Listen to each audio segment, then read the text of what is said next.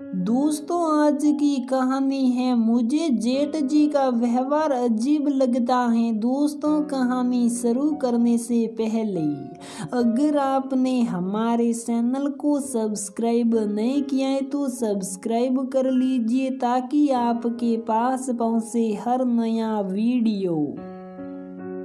मीनाक्षी की शादी एक संपन्न परिवार में हुई थी। किसी चीज की कोई कमी नहीं थी। ससुराल में शहर में बहुत इज्जत और नाम था उसके ससुर जी का। घर में एक जेठ जेठानी और एक कुंवारा देवर था जो बाहर पढ़ता था। मीनाक्षी की जेठानी बहुत ही सीधी सादी सी थी, बस अपने काम से मतलब रखती थी। मीनाक्षी ने कभी उसे ज्यादा बोलते या बाहर आते जाते नहीं देखा था। उसके विपरीत मीनाक्षी बहुत ही चंचल स्वभाव की थी।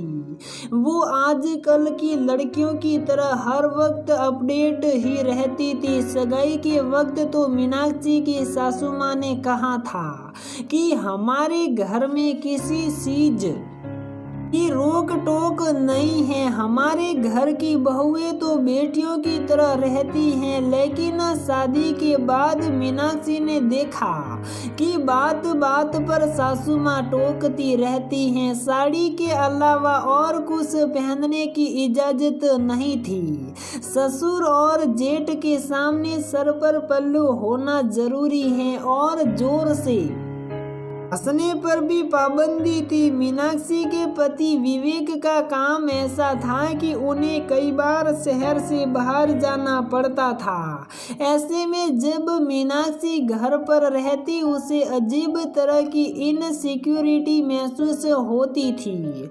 उसे लगता जैसे किसी की नजरें उस पर हैं, लेकिन साथ ही लगता कि शायद ये उसका वहम है।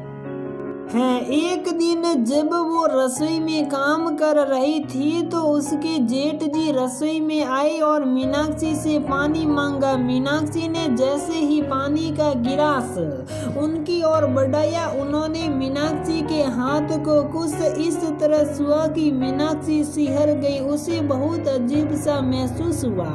वो फटाफट रसोई से निकलकर अपने कमरे में चली गई। जब मीनाक्षी के पति विवेक टूर से वापस आए तो मीनाक्षी ने उनसे कहा, मुझे आपसे कुछ कहना है। हाँ कहो, कुछ चाहिए क्या तुम्हें?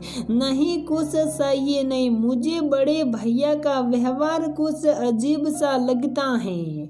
मीनाक्षी ने हिचकिचाते हुए कहा, क्या मतलब है तुम्हारा? विवेक को समझ में नहीं आया कि मीनाक्षी क्या कहना चाहती हैं। मेरा मतलब वो मुझे अजीब तरह से देखते हैं। मीनाक्षी, हो सकता है ये तुम्हारा वहम हो, वो तो बहुत सीधे साधे हैं। अगर गुस्से गुस्से में कुछ गलत मुंह से निकल गया तो बेवजह रिश्ते बिगड़ जाएंगे। विवेक, मैं ऐसे ही नहीं बोल रही हूँ। एक औरत में इतनी समझ तो होती है कि वो किसी के देखने के नजरिए को समझ सकती है।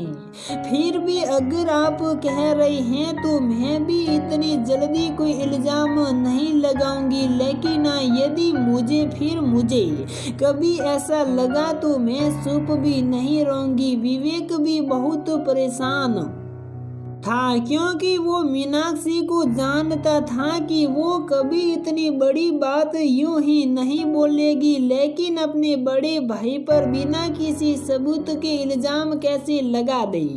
एक सप्ताह बाद फिर विवेक को बाहर जाना था। उसने मीनाक्षी को समझा दिया कि बेवजह ऐसी कोई प्रतिक्रिया ना दे जिससे घर में तनाव का माहौल बने। मीनाक्षी उस वक्त चुपचाप रह गई। मीनाक्षी की जेठानी अपने मायके किसी पारिवारिक समारोह में चली गई थी। घर पर सास ससुर और जेठ ही थे। शाम को जब वो सभी को खाना खिलाकर रसोई साफ कर रही थी तो उसे अपनी कमर पर सरसराहट सी उस हुई। वो यकायक झटक कर पलटी तो देखा उसके जेठ हैं। वो चिल्लाते हुए सास के कमरे की तरफ भाग गई। सास ने उसे इस तरह देखा तो पूछा, क्या हुआ बहू, इस तरह क्यों भागी आई हो और तुम्हारे सर पर पल्लू भी नहीं है? पता नहीं यहाँ तुम्हारे ससुर जी भी बैठे हैं। माँ जी, वो बड़े भैया मेरे साथ बदतमीजी कर रहे हैं। ये क्या बोल रही हो बहू, ये शरीफों का घर है। तुमने क्या सारी तमीज बेस खाई जो मेरे बेटे पर ऐसा इल्जाम लगा रही हो? ससुर जी ने उसे वक्त अपने बड़े बेटे को बुलाकर पूछा तो उसने बड़ी सफाई से मीनाक्षी को ही गलत बता दिया। मीनाक्षी ने विवेक को फोन करके दूसरे ही दिन बुला लिया। जब वो घर आया तो मीनाक्षी ने सबके सामने कहा, मैं अब इस घर में एक दिन भी और नहीं रह सकती। सास ने बात को वहीं दबाने के लिए कहा, बहू घर की इज्जत का तो ख्याल करो, लोग क्या कहेंगे सबके सामने। हमारे घर की इज्जत को इस तरह मत उछालो, हम बड़े को समझा देंगे और तुम्हें भी तो कितनी बार समझाया है। अपने जेठ के सामने अदब से रहा करो। माँ जी, ये कैसी इज्जत है आपके घर की, जहाँ घर की बहू बेटियों की ही इज्जत की हिफाजत नहीं होती क्या? सिर्फ लंबा घूंघट निकाल लेने से ही औरतें अपनी इज्जत बचा सकती हैं। घर की इज्जत वहाँ हो रही गलत हरकतों को चुप साफ बर्दाश्त करने से नहीं, बल्कि उस घर की औरतों वहाँ कितनी सुरक्षित हैं इससे होती हैं। मीनाक्षी ठीक बोल रही है माँ। बाबूजी, मीनाक्षी घूंघट नहीं निकालेगी तो क्या भैया इसके साथ बदतमीजी करेंगे? जब इंसान की नीयत एक बार डगमगा जाती है तो उसका यकीन करना मुश्किल होता है। इससे अच्छा है कि हम अब अलग ही रहेंगे। मेरे लिए पहले अपनी पत्नी है, बाद में समाज।